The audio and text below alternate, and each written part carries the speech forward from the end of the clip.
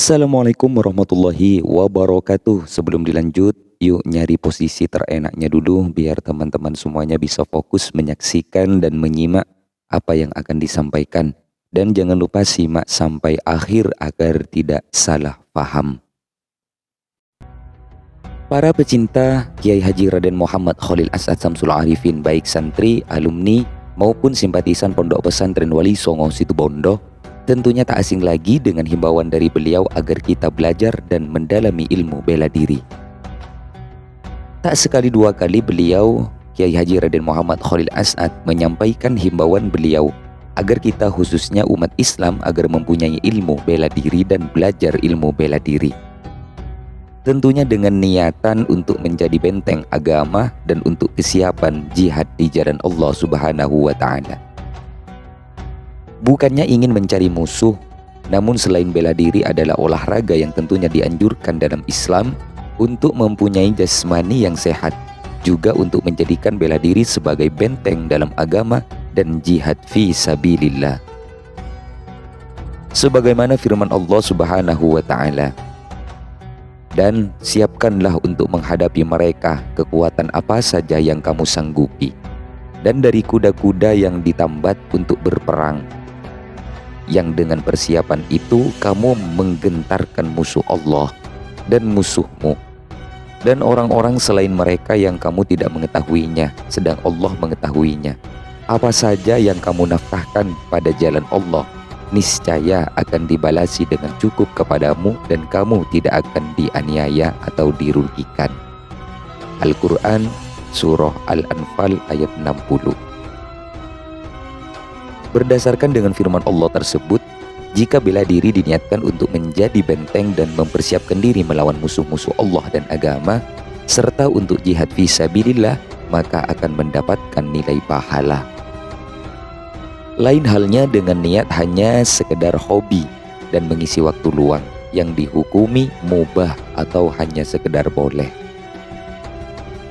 Selain niat untuk jihad, belajar bela diri juga diniatkan untuk olahraga, menjaga kebugaran jasmani dan kesehatan serta kekuatan tubuh kita. Seperti sabda Rasulullah Shallallahu Alaihi Wasallam, orang iman yang kuat lebih baik dan lebih dicintai oleh Allah Subhanahu wa Ta'ala daripada orang iman yang lemah. Hadis riwayat Muslim. Hal ini menunjukkan bahwa Islam mengharapkan agar umatnya rajin berolahraga agar mempunyai badan yang sehat dan juga kuat.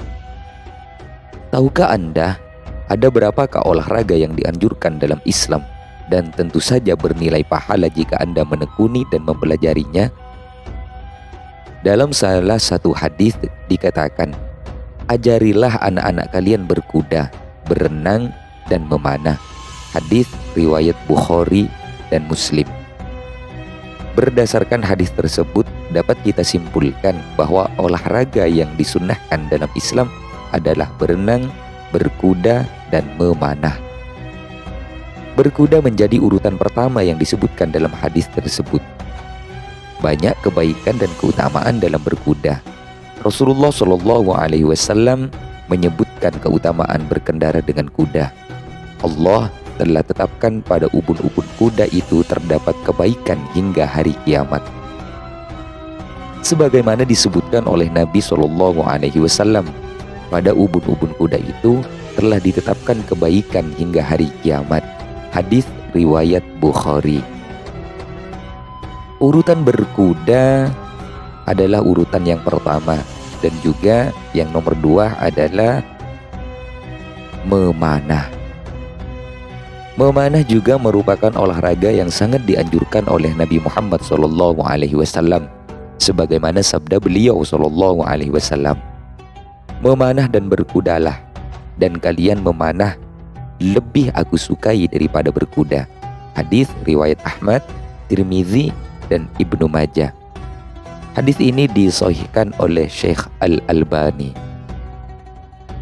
Memanah bisa melatih kesabaran, kelembutan, kekuatan, dan kasih sayang. Oleh karena itu, olahraga ini juga sangat dianjurkan oleh Nabi Muhammad SAW. Di urutan yang ketiga ialah olahraga berenang. Berenang diketahui memperkuat jantung dan paru-paru karena membuat kita melakukan pola bernafas yang khas. Hal ini membantu menurunkan tekanan darah dan kolesterol, serta memperlancar distribusi oksigen ke seluruh bagian tubuh. Ada lagi yang menarik tentang olahraga bela diri yang disukai oleh Rasulullah SAW, yakni bergulat atau adu tanding. Sebagaimana yang tercantum dalam salah satu kisah beliau SAW. Diriwayatkan dari Ibnu Ishaq bin Yasar. Ia menceritakan ketika itu Rukanah Ibnu Abd Yazid bin Hasim adalah orang terkuat dari suku Quraisy. Suatu hari Rukanah berhadap-hadapan dengan Rasulullah SAW di sebuah tempat di Mekah.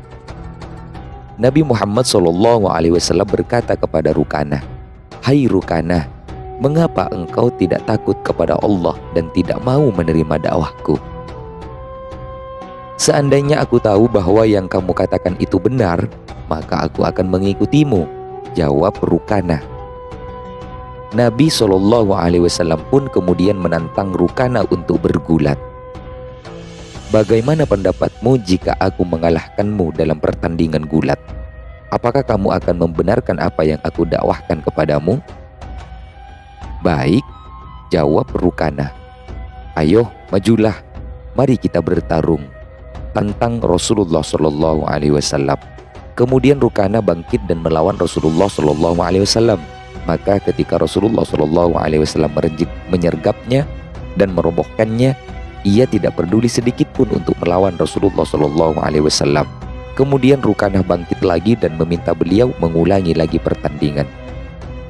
"Ya Muhammad, ayo kita ulang lagi," tantang Rukanah. Maka untuk yang kedua kalinya Rukanah kembali dikalahkan oleh Rasulullah SAW. Akhirnya Rukanah mengakui kekalahannya dan mengatakan, "Ini adalah sesuatu yang luar biasa, wahai Muhammad. Engkau telah mengalahkanku. Wahai Muhammad, tidak ada seorang pun yang membuatku marah selain engkau, wahai Muhammad.